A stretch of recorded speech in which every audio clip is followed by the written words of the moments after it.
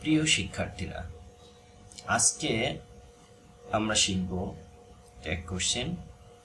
Tag question করতে হলে অবশ্যই 4টি বিষয়ের উপর খেয়াল রাখতে হবে। আজকের পর্বে আমরা শিখব এই 4টি বিষয়। যেই 4টি বিষয় না জানলে ট্যাগ কোশ্চেন করা কখনো সম্ভব হবে না। তাহলে শুরু করা যাক।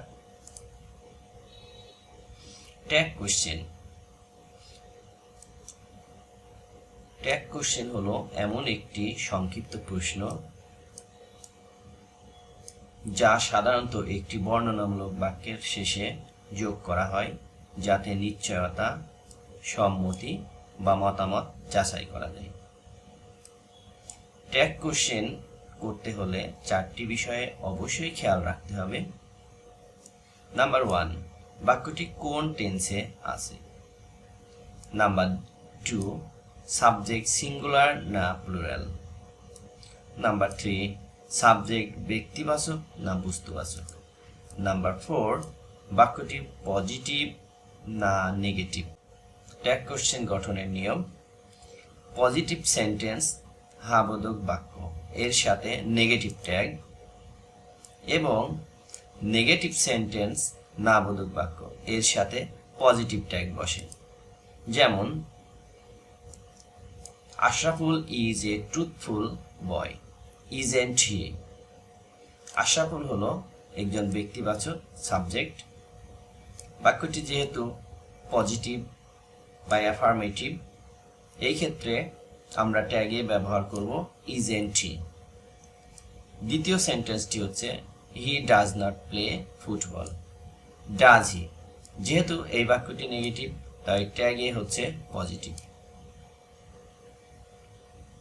Number 3, the birds fly in the sky, don't they? যেহেতু এই বাক্যটি পজিটিভ, তাই ট্যাগে আমরা নেগেটিভ করব। The book is being printed, isn't it? The book is being printed, যেহেতু এটি পজিটিভ, ট্যাগের ক্ষেত্রে নেগেটিভ করতে হবে। Affirmative two short negative form, affirmative two short negative form, affirmative two short negative form. যেমন আমরা শর্ট ফর্মগুলো জেনে নিই।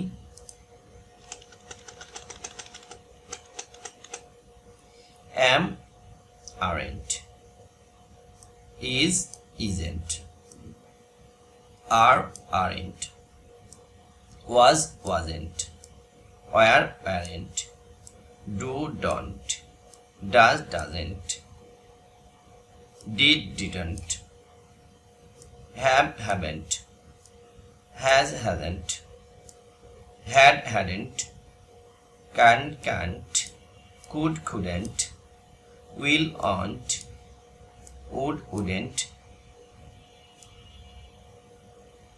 shall, shan't,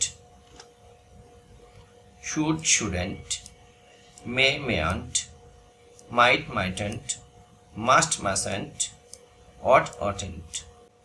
এই নেগেটিভ ফর্মগুলো আমরা ট্যাগের সময় ব্যবহার করব। এই পর্বে আমরা জানতে পারলাম ট্যাগ কোশ্চেন করতে হলে কোন 4টি বিষয়ের উপর আমাদেরকে খেয়াল রাখতে হবে। আমরা নেক্সট পর্বে জানতে পারবো ট্যাগের বেশ কিছু নিয়ম। আশা করি আমাদের সঙ্গে সবাই থাকবেন। ধন্যবাদ সবাইকে।